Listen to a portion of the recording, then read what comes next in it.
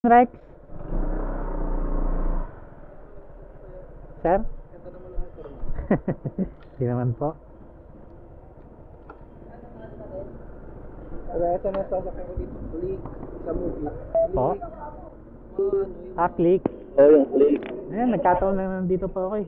Sa akin na, kuya. Sige po. Doon tayo labas, no? Happy birthday, kuya. Ha? Happy birthday. Ba? Happy birthday? Happy birthday sa'yo. Bakit po? Napula kayo. Nagkataon lang po, sir. Wala pa akong tulog, kuya. Bakit? 48 hours na. Party? Oo, party goer ako eh. Pansin kasi. Galing ako na kahapon. Galing ako ng inuman din. Opo. Tapos umuwi ako, wala akong tulog kasi may klase ako na alas 7 hanggang alas 4. Umidip ako ng 2 oras, tapos gumising ulit para kumilos kasi mag-iinom ulit. Nako. Huwag niyong pabayaan sa sarili niyo po. Sakit. Ano po ba work ninyo or nag-aaral pa po kayo? Nag-aaral ako tapos nag-work. Ano ako, player working support. student. Kung alam mo yung state of survival, ay yung sinasupport ko. State of Survival. Gaming yun, di ba? Oo, sa mobile game. Kumikita ka doon? Hindi, bali kung may mga concern yung mga customer, nagka-problema sila sa ganito, may binili sila tapos hindi gumana. Ayun yung mga kina-concern, kaya yung mga sinusupport ko. I see. So, technical ka sa call center ba? Opo, BPO.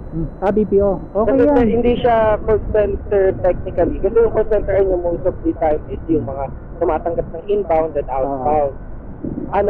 Part of BPO siya. BPO, business process. Pero hindi ako call center. Tama po. Magkaiba po yung BPO kasi tsaka yung call center pa eh. Isa lang sila pero magkaiba yung term nila. Opo. Mas big time kasi ang BPO.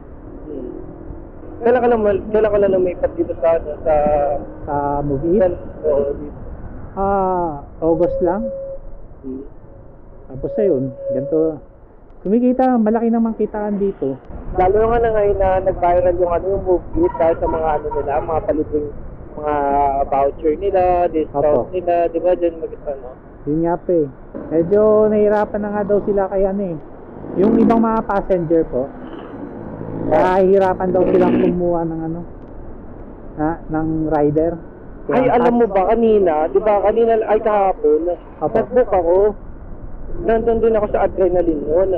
Nag-book ako ng angkas at saka joyride. Opo. Ayun talaga yung una kong binook. Kasi naghihintay ako kasi nandun na sila sa harapan ko. Nag-aabang na sila dun eh. Walang pumapasok, walang tumatanggap.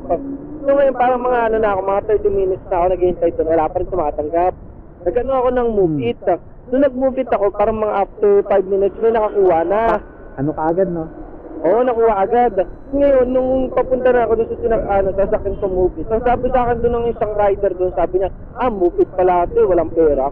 What? Ginoon pa naman ako, sabi ko, Move It pala ito, walang pera, grabe naman sila. Andun nga ako nabwisit gusto ko kausapin. That time kasi tipsy na din ako, parang wala na ako sa mood, uwi na ako. Nung nakasakay na ako doon sa motor, sinabi ko ng rider yon? Oo, sinabi ng rider, sa akin nakakabastos din Kasi either way na ako, may panggastos man ako, wala siyang dapat sinasabing ganun kasi pangit naman yung ganun. First of all, nag-book ako sa kanila ng 30 minutes na ako naghihintay. Walang kumukuha sa kanila.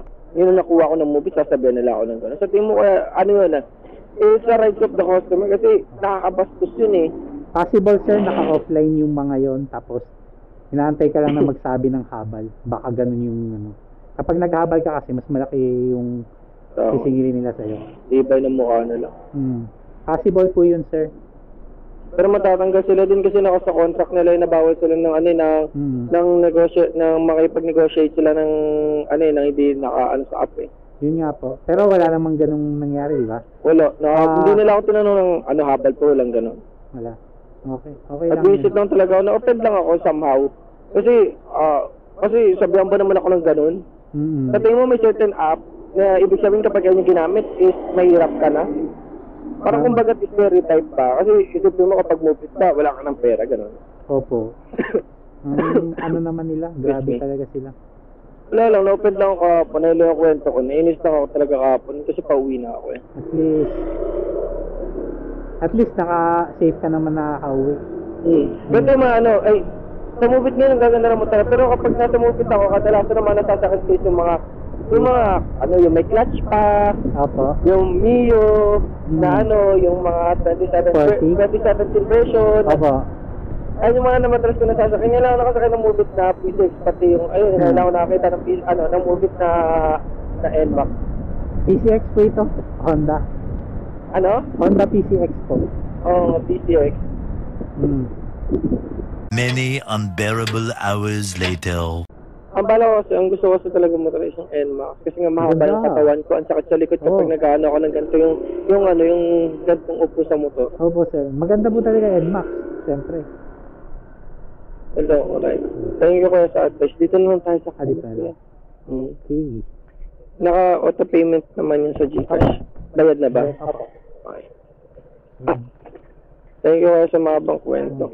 Ah, Thank you. Ingat Ingat po po kayo kayo. muna, sir. Yes.